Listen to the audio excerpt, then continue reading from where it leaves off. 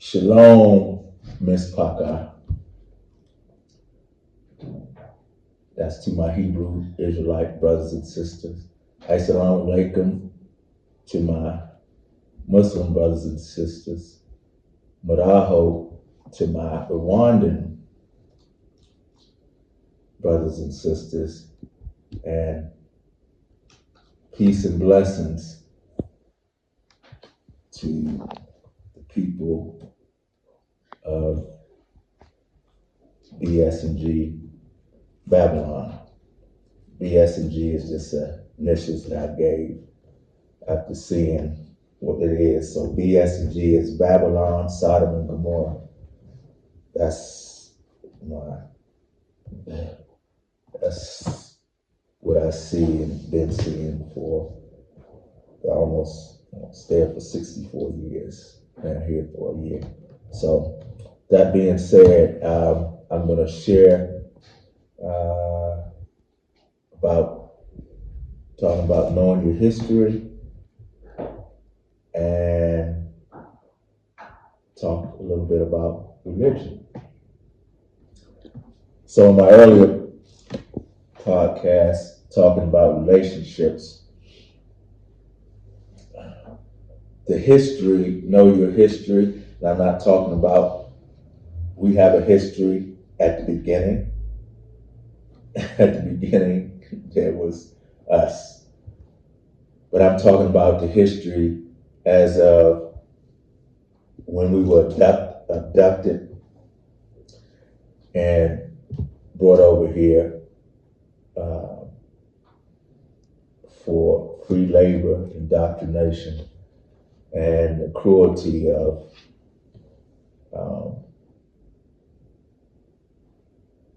the rape of our women and children, the murder of our men, and most of all, the indoctrination of those that they didn't do those things to.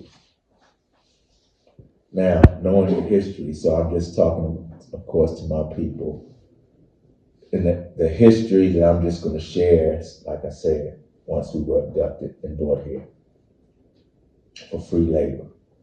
And so, as in all my separate video posts, this is dedicated to Princess Cameron Jr., that generation of 5-year-olds to on up, and those who have an ear to hear and are willing to make choices that can change and benefit generations. And so, as I share with people, one adult, one family can change generations because they will be teaching their children the truth, and then it will be passed forward. So with that being said,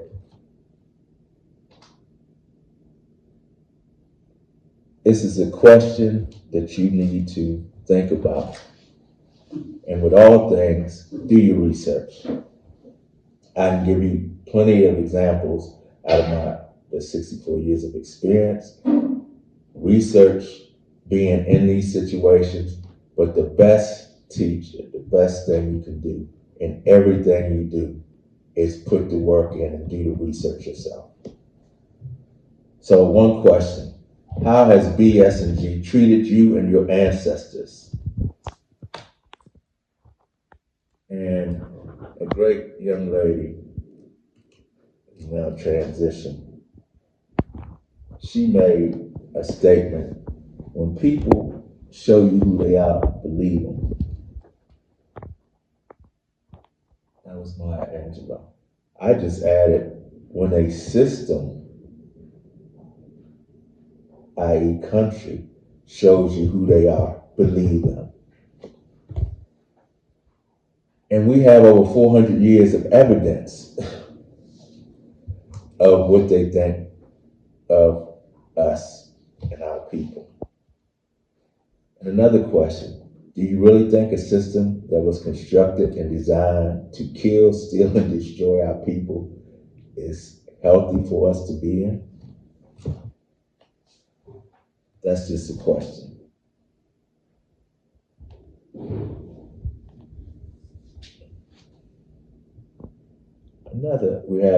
Another question is, was segregation good or bad for the unity and independence of our people?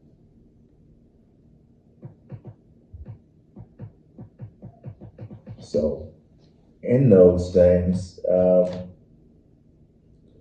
do want to share a couple of things. One, that the past 10 years, so I look at a lot of black podcasters and news channels, of course, because I used to be inundated with CNN, MSNBC, Fox, those things. And I could see they put 10% of truth and the rest is deception. Well, deception is lies. And so I started probably 10 years, 8 years ago. No, this is 7 years ago. More started to look for black news channels. Now, podcasts is where you have good, you have bad, you have to discernment. The Creator gives us discernment, and you can research.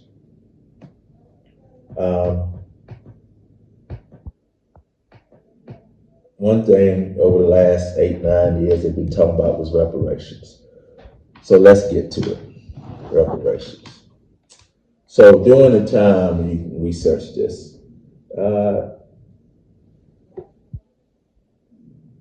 once they decided, okay, slavery was bad, and yeah, we did all these horrible things. Let's give these people reparations.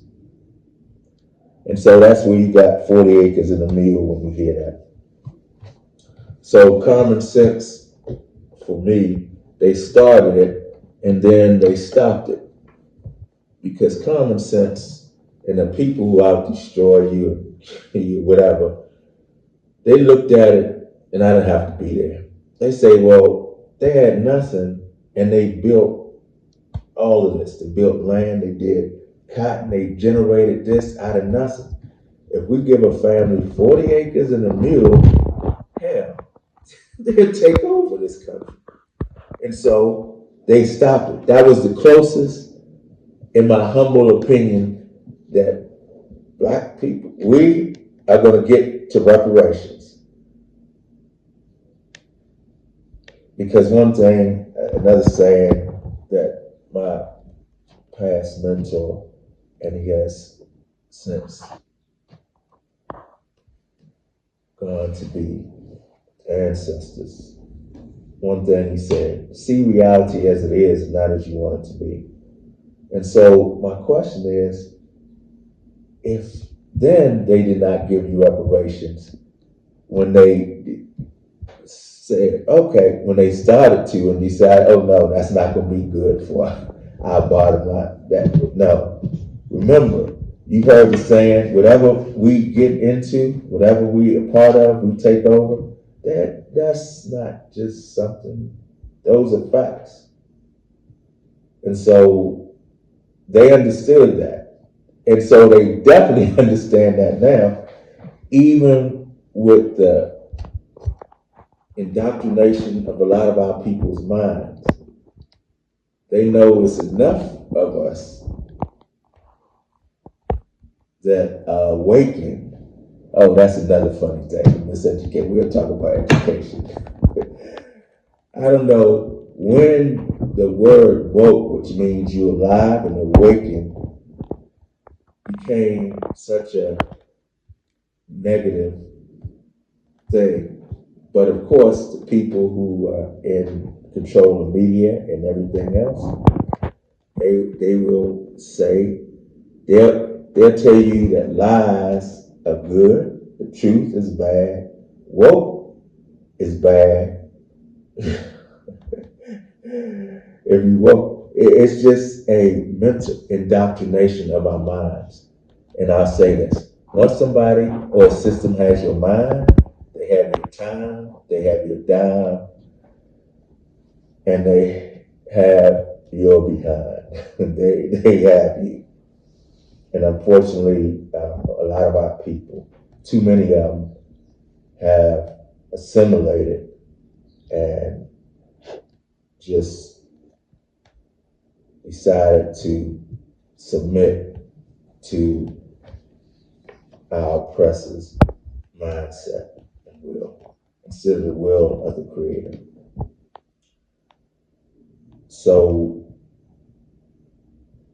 with that being said, let's your history is very important. And all these subjects that I'm going to talk about that I said, religion, relationships, finance, education, history, know what the history is, and then you can understand how you can improve on it. And then you can see lies from the truth. So let's talk a little bit about religion. What did they say? Don't, when you're at a table, don't talk about religion and politics. My people perish because of the lack of knowledge. What, what is another? They have so many sayings that you say, and you don't understand how you just being deceptive and putting that spirit in there in your head. Ignorance is bliss. That's another saying. Fake it till you make it. There's so many sayings that people say, get in their spirit, just to make their spirit go against what the Creator created you to be, which is the walk in truth.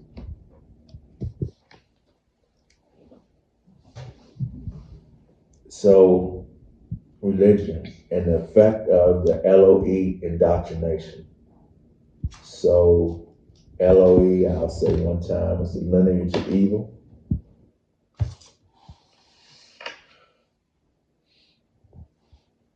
So, I'll share a few things, but as always, do your research. You are responsible for your education. And as parents, you're responsible for your children's education. And we'll talk about that in the education portion. So, going back to the history, when they stole us from our homeland, the LOE with brutality, using their weapons, raped our women and children, killed the men who would not comply.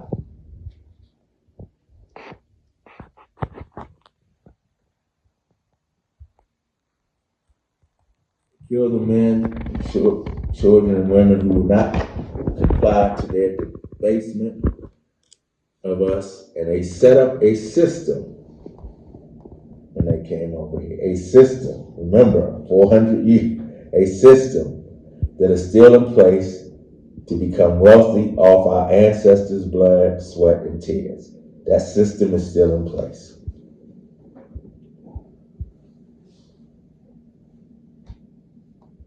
They indoctrinated a religion that was not ours, made us eat horrible food that was not ours, gave us names that was not ours,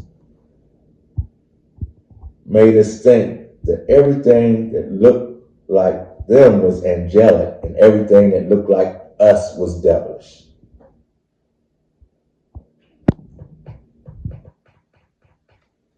Hence,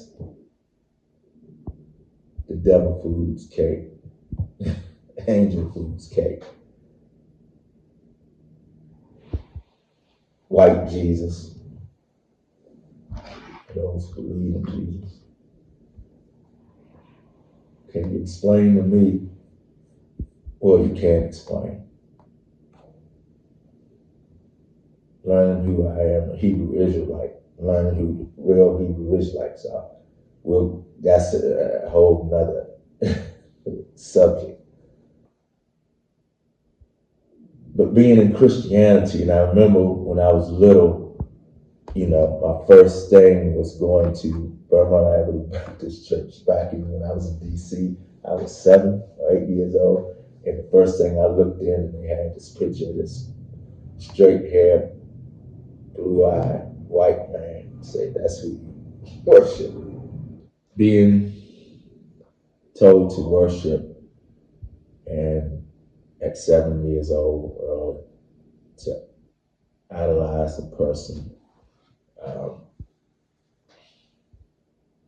has like I said, has an effect, especially when you see everything as I shared with you that is the opposite of what you look like. And so now, that was in 1968, and all the churches, when I saw, and they had this straight hair, blue eyed white person and said, that's your Jesus, that's who you worship. And so after people knew the truth back then, but then once it came out more and more, 70s, 80s, yeah, no, Jesus is not white. This is impossible from where he came from. And then I said, well, let's look in the Bible. It must be say he's white. So, I went to the Bible and then knowing the history of where the people from and where he came from, I said, that don't look. And then they said, well, what description? He has no description. And so the only description you would see is has bronze feet, hair, wool, and eyes, fire, whatever. I said, that don't, hold up. That don't look nothing like that picture. So actually, even in the book, you have to look and say that's why they say reading is fundamental. Even and a bad thing is a bad saying. How do you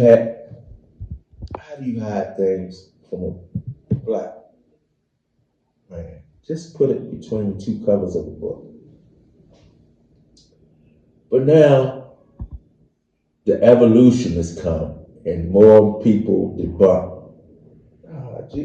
Just Jesus is black. And then once you debunk the lies that they've been telling for hundreds of years, now you go to churches and then you hear on TV, well, it doesn't matter what color Jesus is. Say what?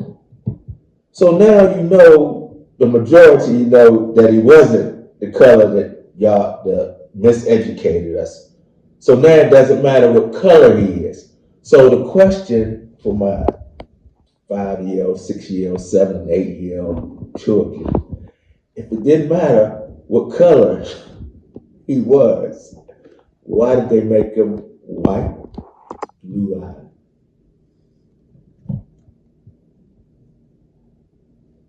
That's just a question. They understand representation matters. They understand if they say that is the one you worship, he's above you, and it looks just like them, then you will give honor and grace to them. And so when they tell you in the Bible, see what it says? It says when somebody slaps your cheek, you turn the other cheek and let them slap it. When somebody kills your loved ones, in fact, you forgive them. And that's, the biggest thing of that, all these rules and things that they have in the Bible, they do not do any of those. That was just for the submission of our people. But the common sense says, well, if I'm doing that, but why are you not doing that? Why are you sicking dogs and beating us bloody and doing all these things to us and we haven't done nothing? So the common sense. So now the part is what is our hand in this? So as I've been around churches, with the exception of the one, the soul factory that I went to, Soldiers, where I met a person, man, who actually did press to do what the Bible said, which is helping the needy and the homeless and the children. And that's how my gifts that y'all gave me got to elevate. So as of 2002, 2003, up until this day, I was able to actually do those things, feed the homeless, feed children, teach children, do those things. All those things the Bible say, but my issue was with my people and the churches is how can you have a church, 2 churches every block and still have homelessness? How? And hunger. Because I was a Christian. I know what Jesus said. I know what he did. Jesus wasn't rolling around with camels with gold, and he wasn't had gold. He was humble, and he didn't have. He gave. He blessed people. He was working for the poor, the widows, and so he did all that. So how in the world do my people have these churches and have homelessness and have hunger? And how are the pastors living way better than their congregation? But then they're saying, you want to be like Jesus. To whom much is given, much is required. So you're a leader as a pastor, and you're concerned with 5 bedroom houses, whether you driving a Mercedes, BMW, and your congregation is struggling. That Noah saying, make that make sense. No, you can't make it make sense. It doesn't make sense. But because of our indoctrination, remember, once a system has your mind, they have your time, they have your dime, and they have your behind. And that's why we are culpable, and we not only drank the Kool-Aid that our oppressors gave us, we're making our own Kool-Aid and giving it to our own people. So those are some of the things that just basic things that I see that doesn't make sense. It doesn't, they don't walk in the talk of what they see. Their whole thing is about money, about flexing, about those things.